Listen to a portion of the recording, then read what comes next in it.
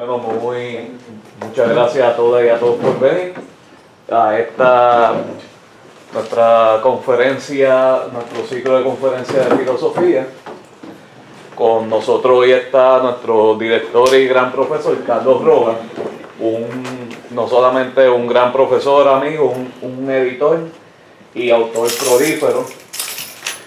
Fue un director del recinto de Humacao por muchos años, y allá también fue galardonado como profesor eméritus, y ahora nos ayuda a correr el departamento de aquí de filosofía.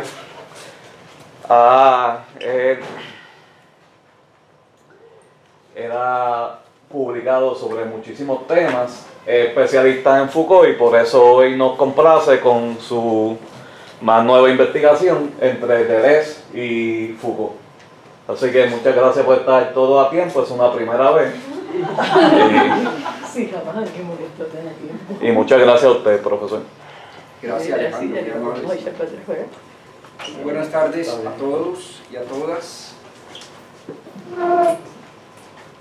Estamos entonces con el tema Foucault y Deleuze. La idea es presentar la lectura que hace Deleuze de Foucault. También se puede hablar de la lectura que hace Foucault de Deleuze, pero hoy es el Foucault de Deleuze. Este trabajo es parte de una investigación más larga, que es la que prometí como segundo libro después de este, que sería la relación de Foucault con, yo lo llamo tardomodernos, como Nietzsche, Marx, Deleuze, Derrida, Habermas, quién sabe si alguno, y el psicoanálisis, Freud en especial. Pues una buena parte ya está trabajada, especialmente la de Deleuze, pero todavía quedan algunas partes, ni el huracán ni la huelga nos permitió trabajar mucho tiempo. Lo de Deleuze lo escribí durante el huracán, así, a ratitos, sin luz. Todavía yo no tengo luz eléctrica. Bueno, muchas gracias por su presencia. Ese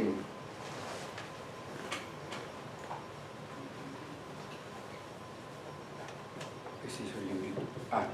Deleuze escribió el primer librito sobre Foucault, que en realidad son 6 artículos que luego agrupó. Es de 1977. Y básicamente su lectura está principalmente ahí. Pero después del fallecimiento de Foucault en 1985, dictó no un curso, sino 3 cursos sobre Foucault. El primero lo llamó El saber, recientemente publicado. Estos libros son del año pasado. El segundo lo llamó El poder, que es el más extenso y el tema que más le interesó. Y el tercero lo llamó Subjetivación. Son 3 semestres y recorrido en los 3 tomos.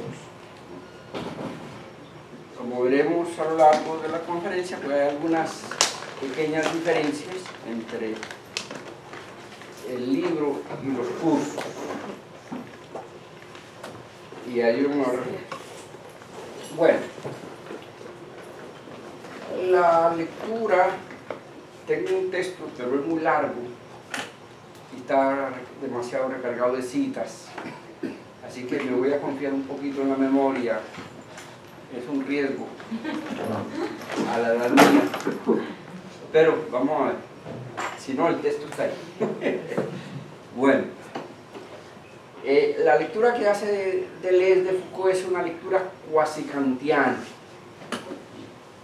antianálisis, que utiliza a Kant para interpretar a Foucault. A primera vista es un poco raro, ¿verdad?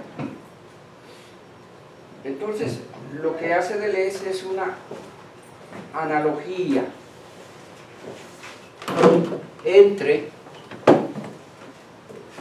estas facultades en Kant, la sensibilidad, el entendimiento y la razón. Eso es Kant. Lo primero que hay que notar, que es curioso, es que Kant nunca trabajó el tema del lenguaje. Kant es anterior al giro lingüístico. Así que sorprende que Deleuze haya tomado esa vía. De hecho, los contemporáneos de Kant, Hamann y Herder, le hicieron una crítica. La razón suya es muda, no habla. En la crítica de la razón pura no se menciona el lenguaje. Y en un tratadito de lógica, que es completamente tradicional, aristotélico, va directamente a la proposición sin pasar por otra ambientación en el lenguaje. Así que ese es un punto importante. Pero la analogía que hace Deleuze entonces es el equivalente del lenguaje es el entendimiento. Analogía, porque la analogía siempre tiene un punto fuerte y otros débiles. Los escolásticos lo llamaban proporcionalidad, analogía de proporcionalidad, y hay un punto que es fuerte y otros que son menos fuertes, pues no es identidad. Entonces el lenguaje en Foucault equivaldría al entendimiento en Kant, o lo analoga, digamos, para mantener el término. Y la visibilidad la análoga con la sensibilidad en Kant. Y aquí Kant, que piensa arquitectónicamente, es decir, que la razón debe coronar el edificio del saber, entonces pone la razón como cúspide. En el caso de Deleuze, dice que aquí sería la razón práctica, o mejor las prácticas, más que la razón. Foucault no hace esa diferencia entre razón y entendimiento que se hace Kant. Pero aquí irían las prácticas, más bien. En el caso de Kant, el entendimiento juega un papel de espontaneidad, de creación de las categorías o conceptos a priori. Y Deleuze atribuye esa espontaneidad al lenguaje en Foucault. En cambio, la sensibilidad en Kant es receptividad. Y en el caso de Deleuze se la adjudica a Foucault a la visibilidad. Bueno, lo primero que hay que observar un poquito en el esquema de Deleuze es que en el caso de Kant, sensibilidad y entendimiento pues tienen mucho poder ambos, están equilibrados, mientras que en Foucault la visibilidad se refiere a algunas obras de arte que aparecen en algunas de las obras, como las meninas en las palabras y las cosas, su estudio de Magritte, los caprichos de Goya en la historia de la locura, etc. Es decir, que tienen menos presencia, a diferencia de la importancia de la sensibilidad en Kant.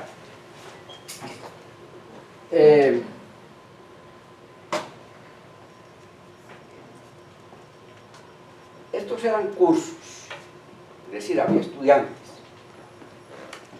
estudiantes franceses, ¿verdad?, que conocían la obra de Foucault, ¿verdad?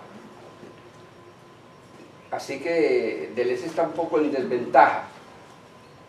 Y no siempre los estudiantes recibían con aceptación la interpretación que Deleuze está haciendo de Foucault, o que lo habían leído. Así que, por ejemplo, cuando Deleuze dice que el lenguaje tiene el papel determinante en Foucault, como el entendimiento en Kant, los estudiantes le piden que muestre alguna cita. Y Deleuze dice, no hay ninguna cita. Así que, y de hecho hay estudiantes, yo creo que era un profesor que había, un comité que a veces da explicaciones largas y Deleuze solamente tiene que decir, está muy bien, muy bueno, más nada. Bueno, es interesante la dinámica que se da ahí, porque aparece en el curso, todo está transcrito ahí. Claro, yo me imagino que Deleuze, pues, tuvo en cuenta más bien la masa del primer periodo de Foucault, que es la arqueología, cuya temática principal es el discurso. Así que debió haber tenido en cuenta eso, más que una cita en específico, que él mismo le dice a los estudiantes, pues no la hay, no lo puedo mostrar esa cita, lo reconoce honestamente.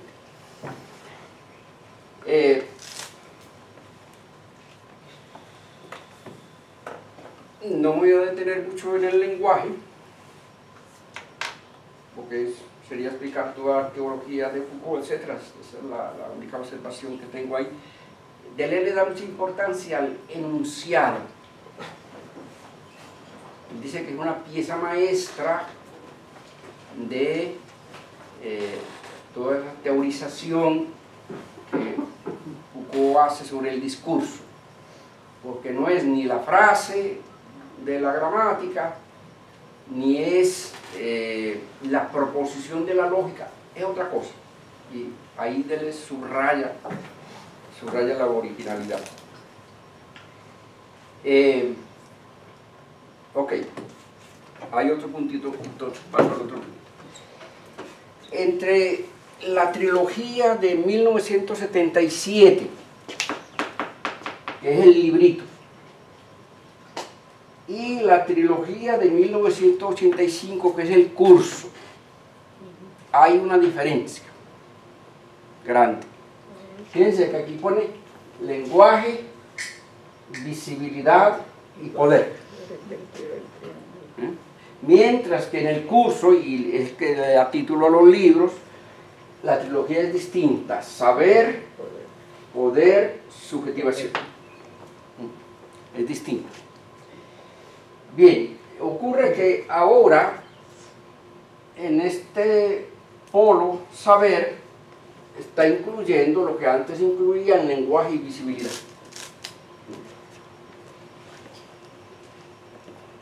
Y lo nuevo entonces es la subjetivación, que corresponde al último periodo de la escritura y de los cursos de Foucault. Hay que tener en cuenta que Deleuze se basa sobre todo en los libros publicados, más que en los cursos. Deleuze muere en el 1995 y los cursos, todavía ahora se publicó un curso. La publicación de los cursos son 2010, 2011, 2012, y las confesiones de la carne acaba de salir, es de 2018, así que no conoció todo, y por eso hay algunas lagunas que yo señalo. Bueno, la interpretación tradicional de Foucault lo presenta en los tres periodos: arqueología, cuyo tema es el lenguaje; genealogía, cuyo tema es el poder; y subjetivación, cuyo tema es la ética, en una secuencia sucesiva. A Deleuze, aunque sigue el esquema, él le interesa mostrar más que la sucesividad de esos periodos, la copresencia, aunque sea menor, pero están presentes. Ese es un punto importante. Por eso, aunque hable del saber en el primer tomo, van a encontrar muchas referencias al poder. Así que ese es es como para relativizar un poquito y para ver que ya los temas estaban in nuce. Por ejemplo, el poder está muy presente en la historia de la locura, aunque el tema del poder es propio de la genealogía. Así que estos son todos los detalles que se pierden, pero que en el enfoque de Deleuze él está tratando de hacer ver esos anuncios de lo que vendrá. A Deleuze le interesa resaltar lo siguiente, que en el largo desarrollo de Foucault, saber y poder como que monopolizaron su trabajo, y que llegó un momento en el que hubo como un impasse. ¿Cómo salir de esa dualidad en que se había metido de saber y poder? La tesis de Deleuze es que es a través de la subjetivación como Foucault rompe el impasse.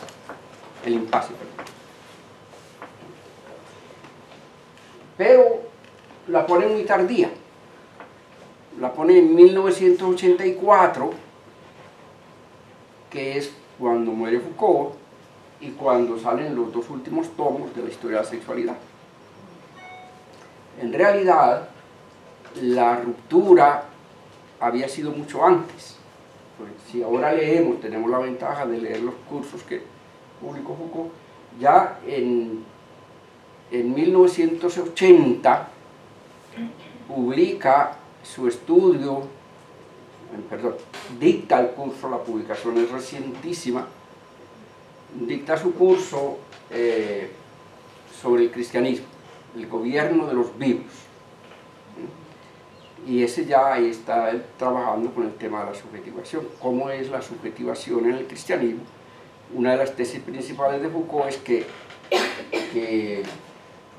la subjetivación occidental es cristiana. Por eso le interesa tanto el tema.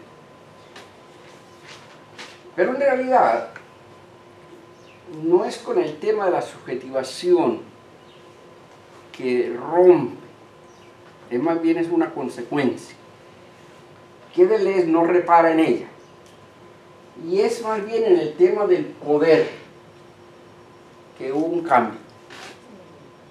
Ese cambio se da en 1976, donde abandona o autocritica la teoría de las puras relaciones de poder. Está ya, como dice Deleuze, pero Deleuze no lo ubica ahí, tratando de salirse de ese esquema. Entonces, el cambio va a ser entre relaciones de poder, que es lo que viene pensando, con Nietzsche, y lo llama hipótesis Nietzsche, y ahora se aleja de Nietzsche, y va a ser el tema de la gubernamentalidad, la nueva forma de pensar el poder como gobierno. Y de hecho, cuando toca el tema del liberalismo y del neoliberalismo, el tema es la forma de gobierno de los liberales y de los neoliberales. Y Deleuze no nota ese cambio, no lo nota, probablemente no leyó los cursos, los cursos se podían leer antes de que se publicaran, porque hay una biblioteca con toda la documentación de Foucault, todas las grabaciones, todos los documentos, absolutamente todo está en una biblioteca. Bueno, y cuando adopta el tema de la gubernamentalidad, Foucault descubre a algún autor del Renacimiento, no me acuerdo si es Voltaire o algún otro oscuro, porque a Foucault le gusta autores que no son Hegel o Kant, hablaba de tres gobiernos. El gobierno de las cosas, que sería la tecnología. El gobierno de los hombres, que sería la política, el poder político. Y el gobierno de sí mismo. Y ahí entonces están las dos cosas. El cambio hacia el tema de la gubernamentalidad y la introducción de la subjetivación, porque la subjetivación va a ser el gobierno de sí mismo, que él va entonces ahí sí a cierta interés, ¿verdad?, a estudiar a base de los griegos. ¿Sí? Entonces ahí es que, por ahí es que adopta el tema de la subjetivación o gobierno de sí mismo. Así que nosotros tenemos la ventaja hoy de leer los cursos completos, y esa ventaja no la tuvo Deleuze, y por eso él ubica el cambio más bien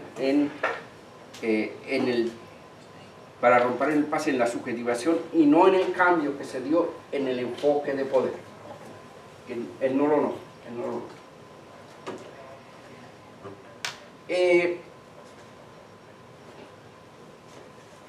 Voy a referirme un poquito al poder.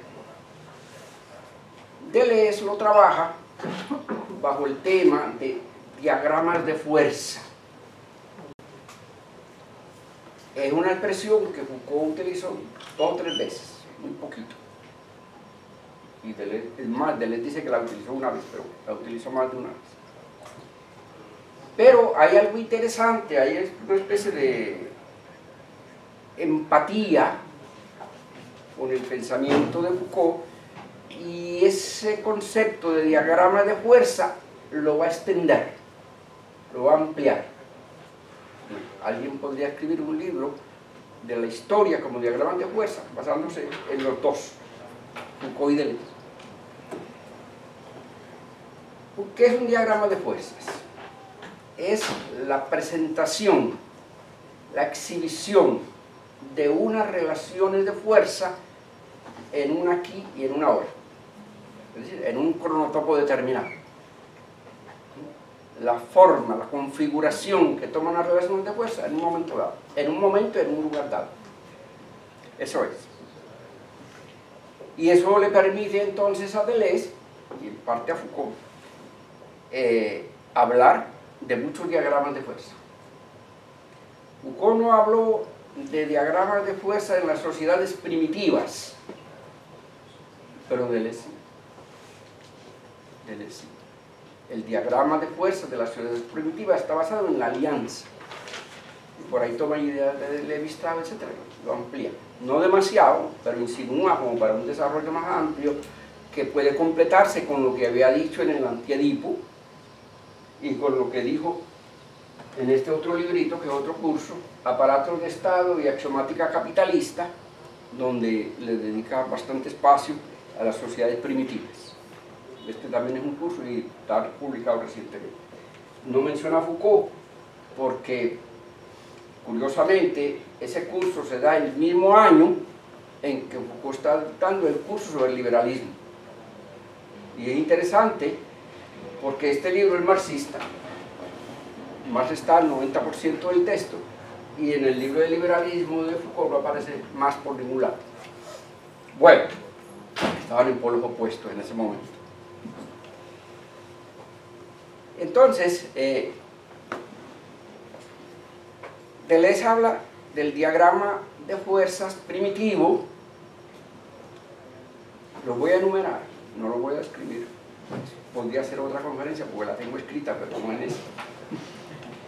Del diagrama de fuerzas oriental, vendría a serlo en más como el modo de producción asiático.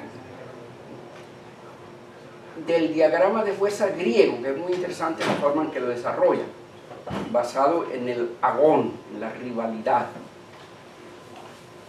Agentes libres pero iguales.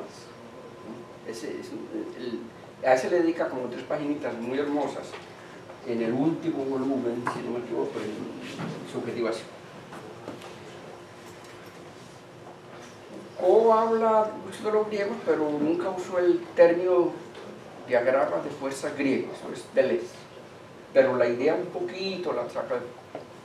En cambio, si toma de Foucault el poder pastoral,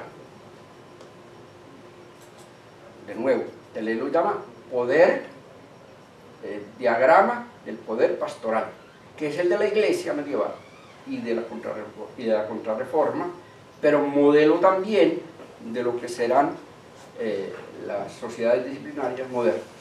Lo uno lo hacía la iglesia, lo otro va a ser el Estado, pero el modelo pasa. Diagrama de fuerzas de la soberanía. El moderno, el Estado absolutista. Diagrama de fuerzas disciplinario, el que más trabajó Foucault, porque ahí está vigilar y castigar. Diagrama de fuerzas biopolítico. Foucault dijo 2 o 3 cositas, no mucho, sobre la biopolítica, pero ahora la literatura es inabarcable. Bueno, y luego hay algo interesante.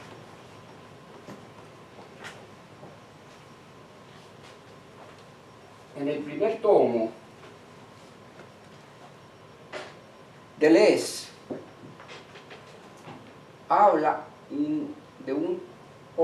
tímidamente de un posible diagrama posmoderno, la única vez que lo utiliza, que sería las sociedades de control, que sería entonces en lo que estamos viviendo.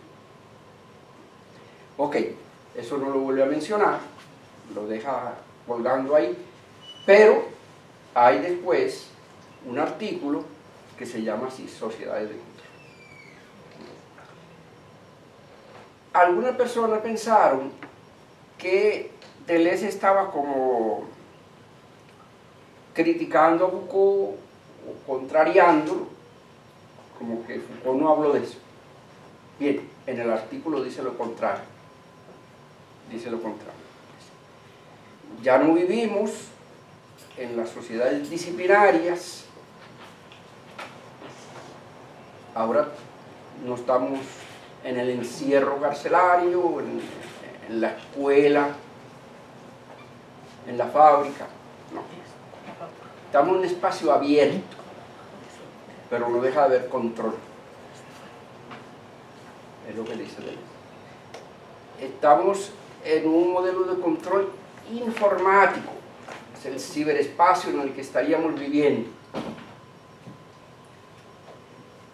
Pero curiosamente, pues Deleuze dice todo eso está en Foucault. Hay otros estudios que han abundado un poquito en eso, así que no había tal contradicción con lo que estaba diciendo Foucault, sino que Foucault ya había abierto esa posibilidad. Ahí habría como un espacio de interpretación, porque Deleuze ubica esa sociedad de control como parte de la biopolítica, y a mí me parece que no,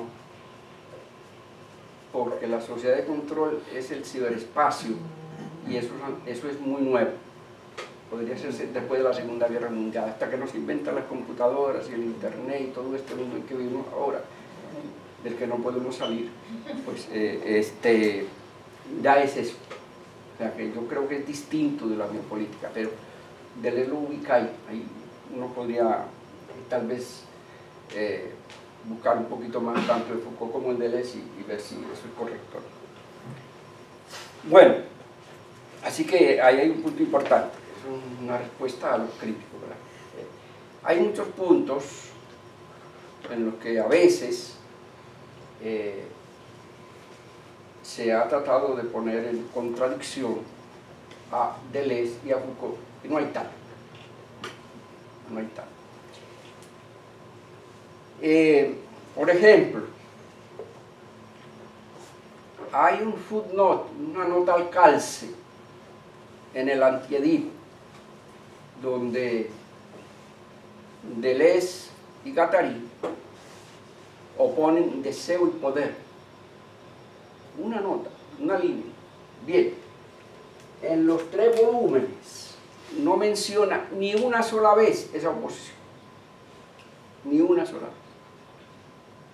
como si Foucault se hubiera olvidado del deseo.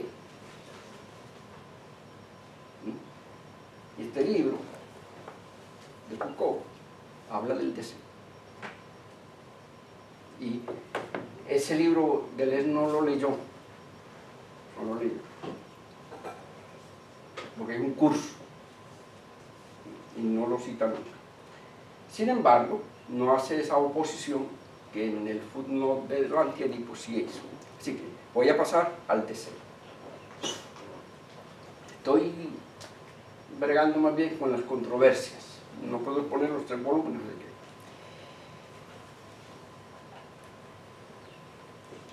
Como dije, Foucault trabajó ese tema en las lecciones sobre la voluntad de saber, que es el primer curso que da en el Colegio de Francia, después que fue nombrado a él. Deleuze dice que no podemos pensar el deseo como carencia. Ahora bien, el concepto de deseo como carencia aparece en los griegos y específicamente en Platón. En Platón. Lo dejo ahí, en el texto mío hago un resumen del banquete, en donde muestro en qué sentido hay carencia, por ejemplo, en el mito del andrógino, donde los 3 sexos estaban reunidos en un solo ser, y Zeus los castiga y los corta por la mitad, y a partir de ahí el uno ansía al otro. Cada uno siente la carencia del otro. Esa es una reforma, ¿cómo lo explica? Cito algunas lecturas, como la del renacentista Ficino, Marsilio Ficino, que tiene un trabajo sobre el amor, que es un comentario de Platón muy hermoso, así que eso lo desarrollo ahí, pero no voy a leer todo eso. El otro autor que trabaja Foucault, eso no lo menciona Deleuze, es Aristóteles. La primera frase de la metafísica dice: todos los hombres desean saber, por naturaleza, es muy importante, por naturaleza. Bien, Foucault hace un análisis no muy largo, pero la conclusión que nos interesa es que Aristóteles privilegia el conocimiento y no el deseo. Elide, la palabra que utiliza Foucault, elide el deseo. Subordina el deseo al conocimiento. Entonces tendríamos 2 tesis griegas: Platón, el deseo como carencia; Aristóteles, el deseo subordinado al conocimiento. Y como Foucault está ahí muy influido por Nietzsche, pues es desde esa lectura de Nietzsche que él está haciendo esa mirada crítica hacia la forma como los griegos trabajaron el deseo. El próximo paso es el deseo en el poder pastoral cristiano, que ese sí está bien desarrollado, muy trabajado. Hay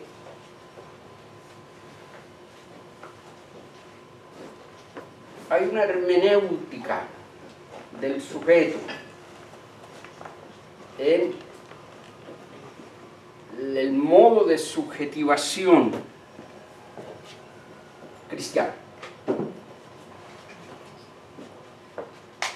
Y esa hermenéutica consiste en no solamente el autodominio que ya los estoicos y los filósofos griegos habían trabajado, sino en algo más fuerte. Hay que como extirpar el yo. Hay que no solamente dominarlo, sino que llegar a una renuncia al sí mismo, como dice San Agustín. Y la pastoral cristiana va a enfatizar ese control del alma, hasta el punto de que el pensamiento puede ser malo, libidinoso. El libro reciente que acaba de salir se llama las confesiones de la carne. Así que el deseo ahora es presentado como carne, pero todo eso es malo.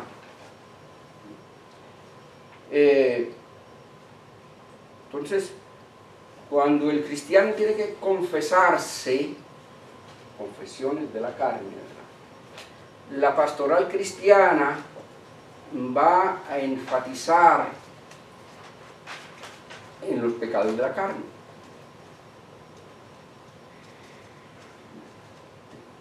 Entonces, esa subjetivación cristiana ocurre de esa manera. Es un control de la mente, es un control del alma, aunque sea voluntario. El cristiano accede a la fe voluntariamente, pero una vez que accede, tiene que cumplir con el mandato de que tiene que confesarse por lo menos una vez al año. Aunque esa ley es un poquito más tardía. Al principio la confesión era pública, que yo creo que es peor, como la autocrítica en los países comunistas. Foucault lo dice, en un footnote también. Ok,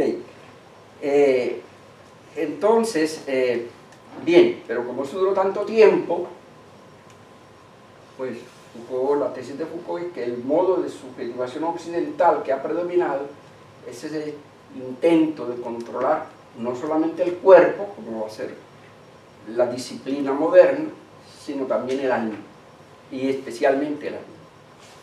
Especialmente el alma.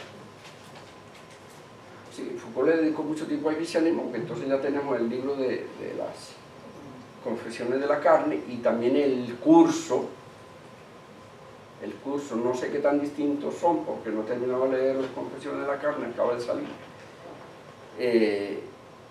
Pero el curso es muy interesante, el curso es sumamente interesante y muy detallado. Bueno, entonces, el deseo era pensado como carencia entre los griegos, o el irido como en Aristóteles, o reprimido, aunque es una palabra que no me gusta poco, controlado, leyendo, tratando de leer el alma del otro, a controlarla, en el cristianismo. Deleuze afirma que Kant trae un concepto productivo del deseo. Claro, ya eso lo dice en el Antiedipo, pero ya Deleuze había trabajado Spinoza, ¿verdad?, en el cual el deseo está en primer lugar, porque el deseo es la esencia misma del ser humano, o sea que ahí no hay problema. Así que, pero es entonces Kant, Spinoza y Nietzsche los que entonces privilegian el deseo. Hay que tener en cuenta, para nosotros que estudiamos filosofía,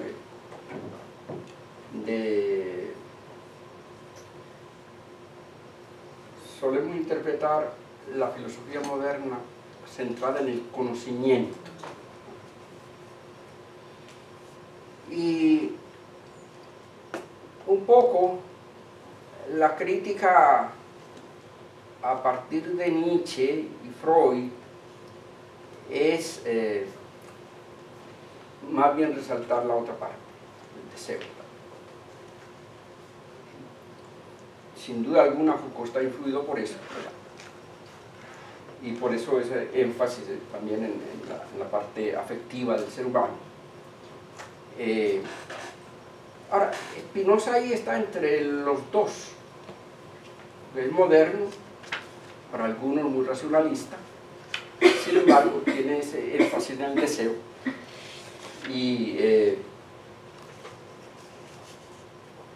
Pero en el caso de Nietzsche, entonces, la predominancia está en la voluntad de poder, de entender el deseo, de entender el conocimiento,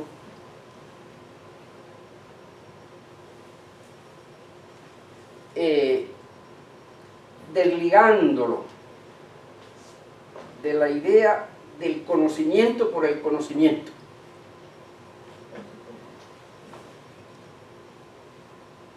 El conocimiento no obedece, como en Aristóteles, a una especie de automotivación, sino que el conocimiento obedece a fuerzas externas, como los instintos, a la violencia, a otras cosas.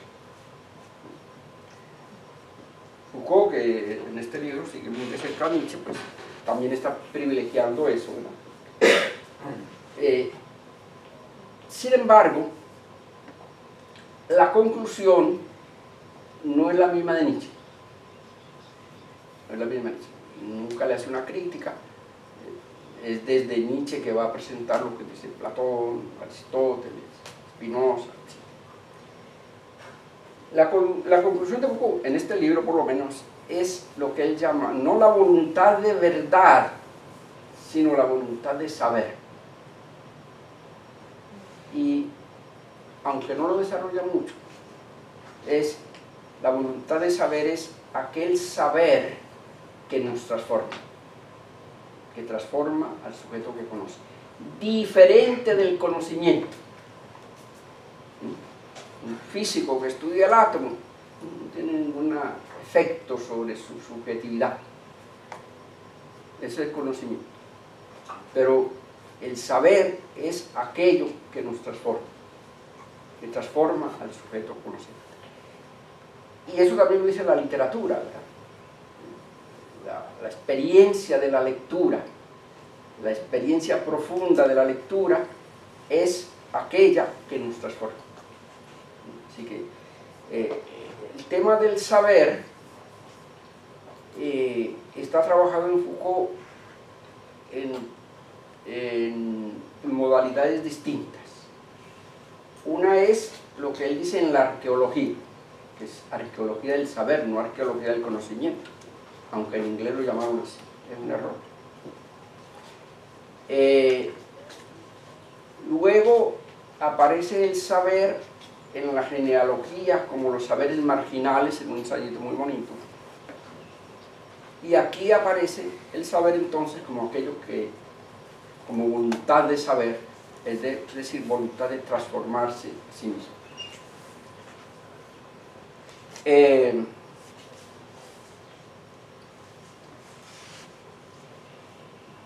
En el Antiedipo, Deleuze y Guattari citan mucho a Foucault, que no hay una ruptura con lo que había dicho Foucault. Al contrario, lo citan a su favor. Por ejemplo, el tema de la representación.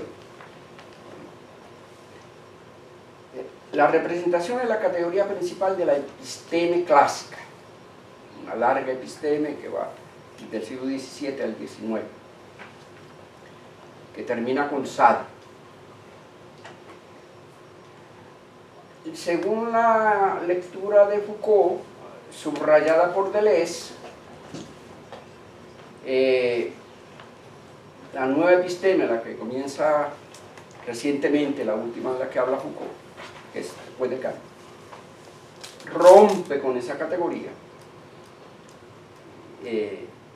y ahí ubica a Freud. Pero hay como cierta ambigüedad, en el sentido de que más allá de la representación, o por debajo de la representación, como dice Foucault, hablando de Sade, que es uno de los que forman parte de la ruptura, pero no del todo, está la realidad del deseo, es decir, no es mera representación. De manera que en las ciencias humanas, a partir de Nietzsche y Freud, van a estar condicionadas, no sé si esa es la palabra, organizadas tal vez desde lo inconsciente. Desde lo inconsciente. Al principio eso parecía un elogio. Después Foucault se aleja un poco de eso. Entonces, la idea es la que va a desarrollar Deleuze de que Freud, aunque es el primero que muestra el deseo puro, como Ricardo había mostrado el trabajo como fuente de valor, esa comparación la hace Foucault, y Deleuze también. Ah, no, es Deleuze el que la hace. Sin embargo, Freud cae en un teatro de representaciones. Entonces, hay como primero una elogio y luego una crítica. Y por ahí entonces va a seguir la crítica a Freud, al psicoanálisis. No a Lacan. Foucault siempre habla bien de Lacan. Eso podría ser otra conferencia. Me falta todavía darle el último toque, pero ya está más o menos trabajado y he encontrado algunas cosas. Que también, como dice Stavrakakis, se han tratado de oponer Lacan y Foucault y no hay tal.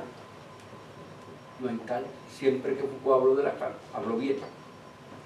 Bueno, aunque no es, las referencias son pocas, pero si uno se pone a estudiarlo con más calma, pues escapa algunas de las críticas que le hizo a Freud. En definitiva, no es tan diferente la posición de Deleuze y Foucault con respecto al deseo.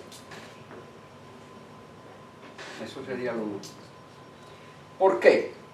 Coinciden en que el deseo no es carencia.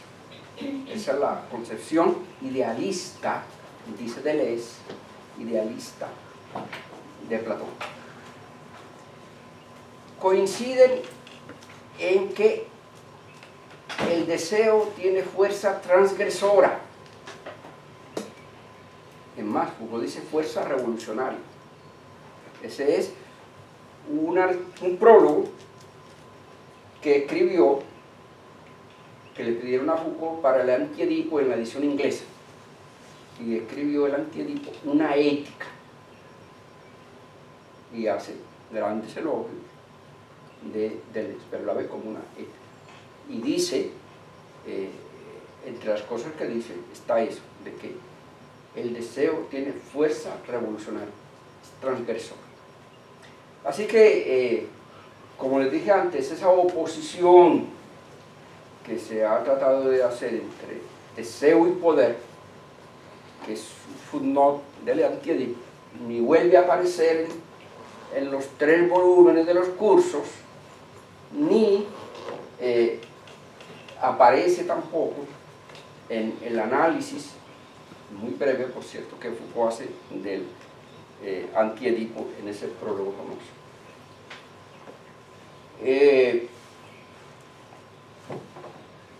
Último subtema que voy a tratar para terminar.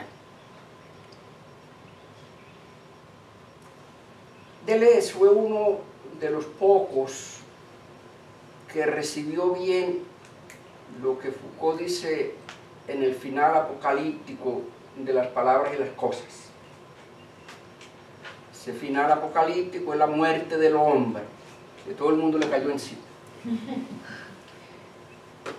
Hubo como 3 nada más que lo defendieron: Michel Serres, Canguilhem y sobre todo Deleuze. Deleuze va a decir: muere la forma Dios, fue sustituido por la forma hombre, ahora la forma hombre muere y ahora tenemos una forma vida. Y es desde la vida que luchamos, porque frente a la biopolítica, que es el control de la vida, la resistencia viene desde la vida, desde la afirmación de la vida. Así lo leyó muy positivamente Deleuze. Deleuze agrega que en las palabras y las cosas había una trilogía muy importante, que era la vida, el trabajo y el lenguaje, y que por lo tanto no hay que superar solo la vida, sino también el trabajo, no dice cómo, pero de todas maneras Foucault no habló de eso, aunque sí hay unas palabritas y unas palabras y las cosas. Y el lenguaje sí es a través de la literatura como el lenguaje adquiere esa afirmación correspondiente a la afirmación de la vida. Él se mete en una especulación ahí sobre que ahora vivimos en la época no del superhombre, sino del silicio, partiendo de las máquinas, de las computadoras y las cosas. Bueno.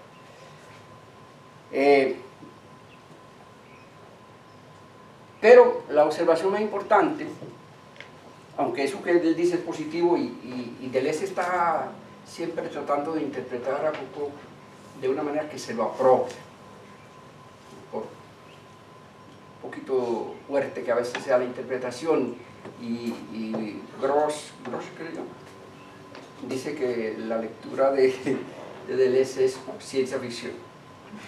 Bueno, pero la lectura que hace es siempre apropiativa, como en los diagramas de fuerza, que lo desarrolla mucho más allá de lo que el propio Foucault dice. Pero la observación que yo hago, que la tengo aquí, y que casi nadie repara, es que Foucault hizo una autocrítica a su tesis del discurso apocalíptico, del final de las palabras y las cosas. Dice explícitamente: yo me equivoqué. Ahora, eso es una entrevista con un italiano. Probablemente Deleuze no la leyó o no encajaba en su visión afirmativa de la muerte del hombre. Pero efectivamente Foucault dice que se equivocó. Sí, y eso casi nadie lo cita. Y de hecho fue uno de los conceptos más criticados, pero cuando tiene esta entrevista con el periodista italiano, se lo dice abiertamente. Bueno, pues eso es. Esa es la lectura cuasi kantiana que hace Deleuze, apropiativa. Algunas cosas o no las leyó o no las tenía a mano, pero hoy tenemos la ventaja de poder leer todos los cursos de Foucault y todos los libros, y siguen apareciendo cosas, así que yo señalo esas pequeñas lagunas, pero en el fondo pues siempre muy lúcido, ¿verdad? Deleuze. El trabajo es mucho más largo, después saldrá en el libro, así que les agradezco mucho.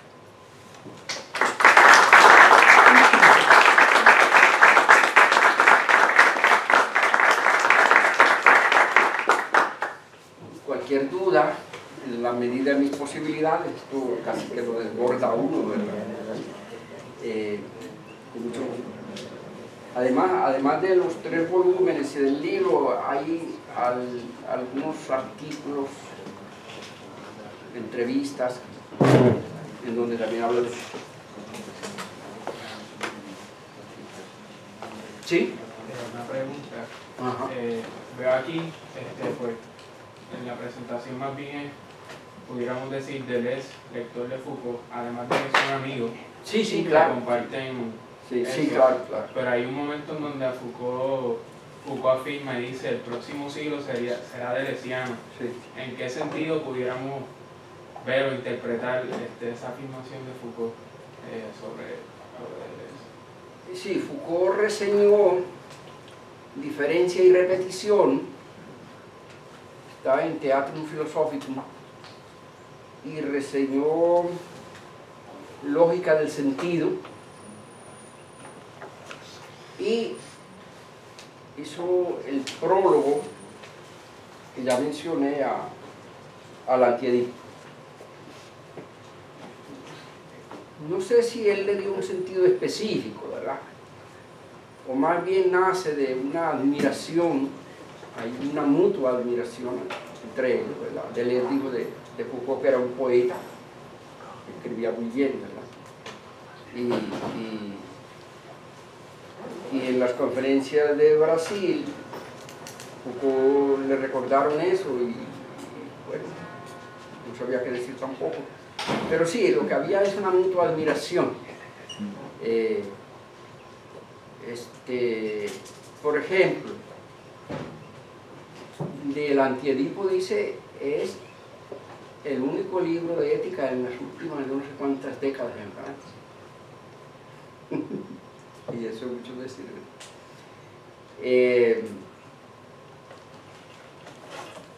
El libro que más profundizó, que más amplió, fue Diferencia y Repetición, que es el libro más metafísico, mejor en mi vocabulario más ontológico de Deleuze, ¿verdad? Pero no sé si se refería específicamente a algún punto, más bien era la obra, ¿verdad? La obra. Yo creo que Foucault también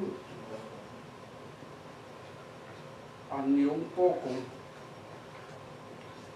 el hecho de que Deleuze no se subordinó a Heidegger, sino que tomó la vía de Bergson, es decir, el análisis del tiempo en Heidegger pues es avasallador y todo el mundo lo citaba y eso, y Deleuze tomó otra vía, la vía de Bergson, que también es un análisis del tiempo muy importante y que le permite hacer el desarrollo sobre el cine, por ejemplo.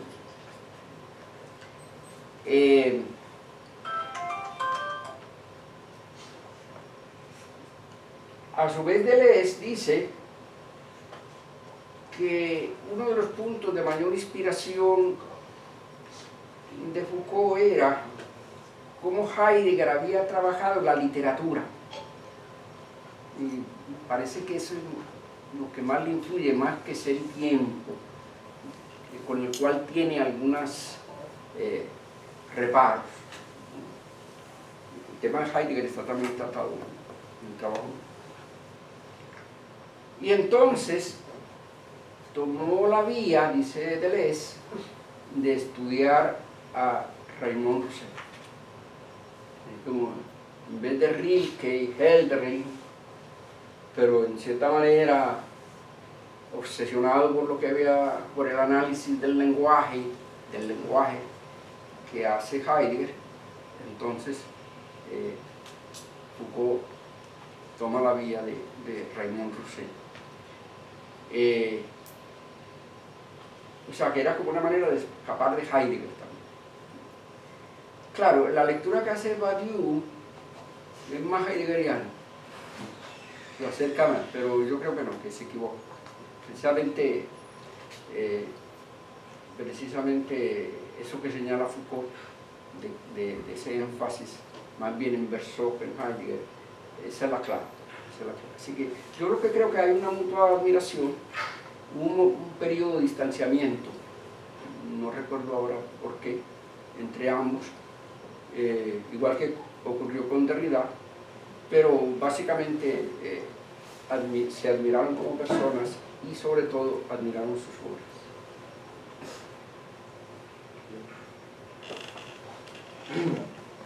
A mí me llama la atención para ver si es la lectura de usted pero me interesa más su planteamiento en cuanto a la diferenciación entre conocimiento y saber.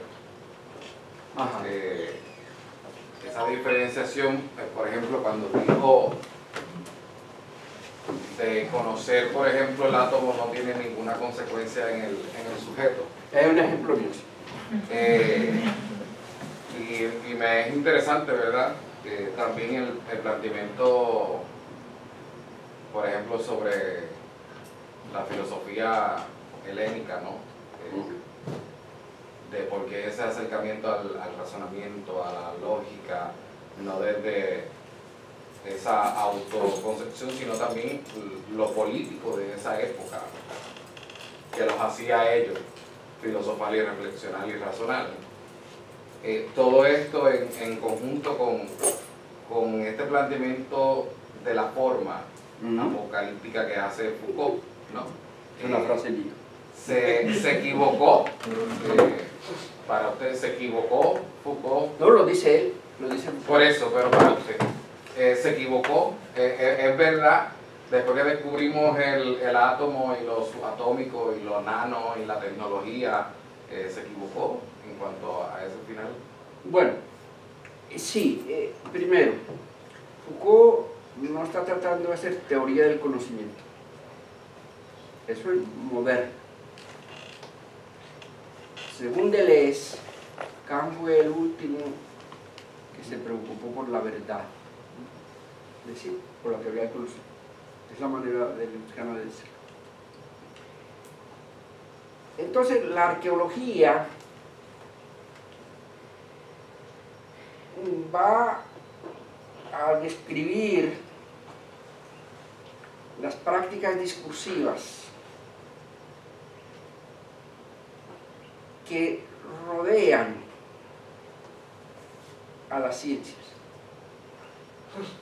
Dicho de otra manera, lo que para el marxismo eran las ideologías, había un problema ahí que se discutió mucho, que es la ciencia e ideología, si no es ideología, hay un libro muy bonito de Habermas, la técnica de la ciencia como ideología.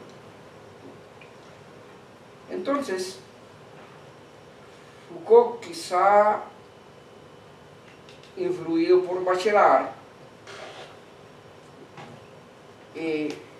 habló de problematizaciones,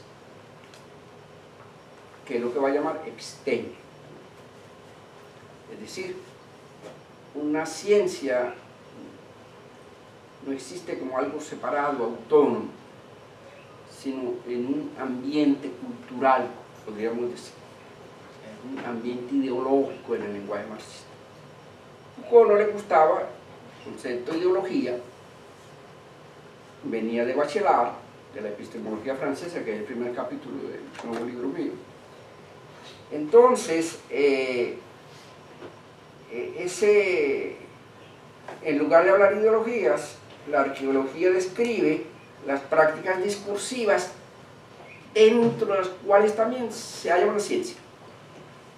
Algunas son falsas ciencias, es decir, no llegaron a progresar hasta convertirse en ciencia, como la frenología. Pero otras sí. Y ahí Foucault es bastante justo porque dice, algunos de estos saberes se constituyen en ciencias porque transitan el umbral de cientificidad, como la matemática. Umbral de cientificidad, umbral de diversos umbrales. El máximo umbral, si atender un poquito a las filosofías analíticas, sería la axiomatización. Bien, la matemática nace. Entonces, eso es lo que él describe ahí como el saber. Esas prácticas discursivas, porque el saber es discurso, que forman parte del ambiente epocal de unas ciencias y otros saberes que no tienen que ser ciencias, pero que comparten esas prácticas discursivas. Entonces, no está haciendo análisis del conocimiento, no lo rechaza, simplemente dice, es una manera de afrontar eso que el marxismo enfocaba de esa manera y demostrar pues, cuál es como el ambiente de esas ciencias. Dentro de eso hace unas afirmaciones sobre Marx bastante duras, por ejemplo, las palabras de las cosas, que después corrige un poco en la arqueología, pero es eso. O sea, no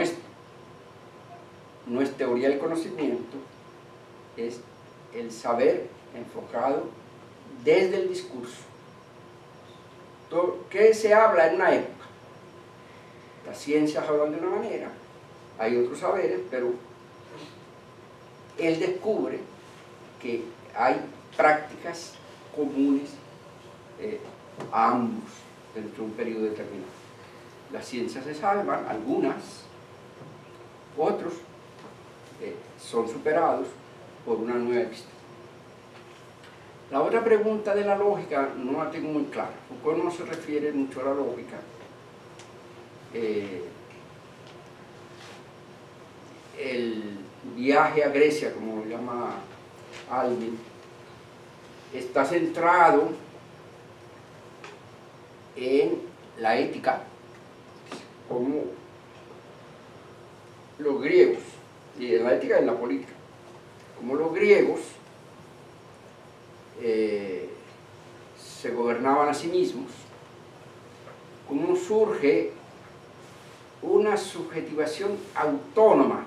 Eso lo señala mucho Deleuze en el librito de subjetivación. A propósito, en el librito de subjetivación, el tema de Foucault es la ética. Deleuze no menciona ni una vez la palabra ética, ni en los tres tomos. Bueno, más bien se fija en la cuestión del gobierno.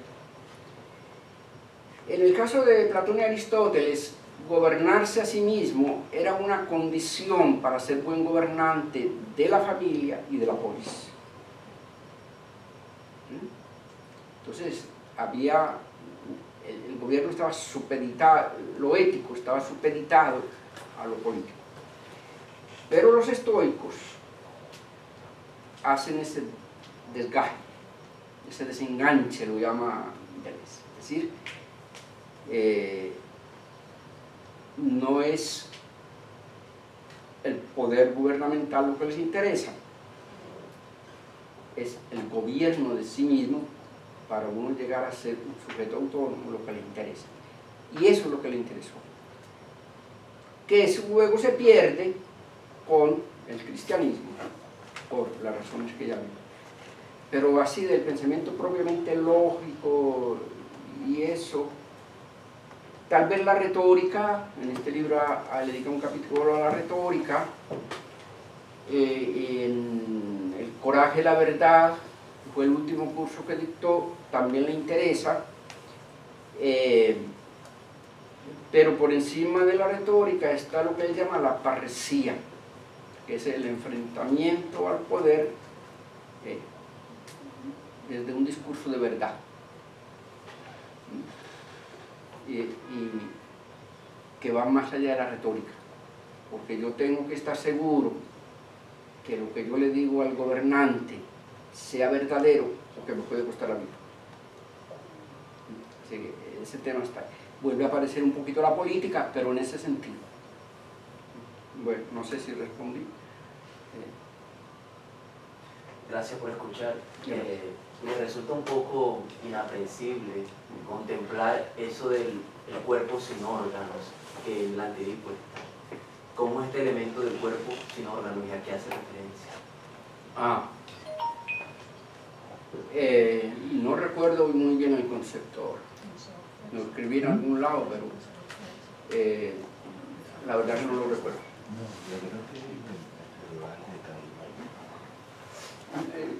Oscar, ¿tú no recuerdas el concepto del cuerpo sin órganos?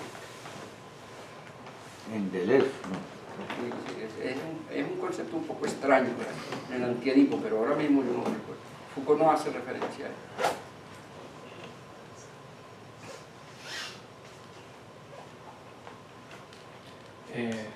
Ok, en la transición de Foucault, que deja de utilizar el concepto de poder, No, surge a lo partir- cambia. Ajá, surge a partir de su encuentro con el neoliberalismo.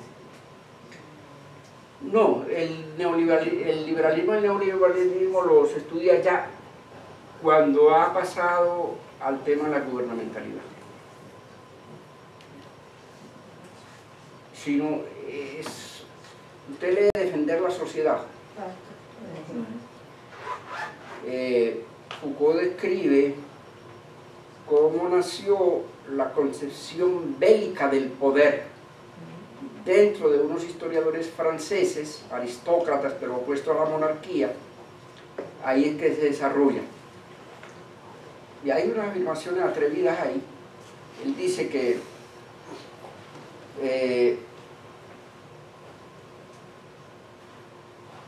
de ahí surge, de esa concepción bélica del poder, va a surgir una bifurcación hacia dos tendencias bastante contrarias.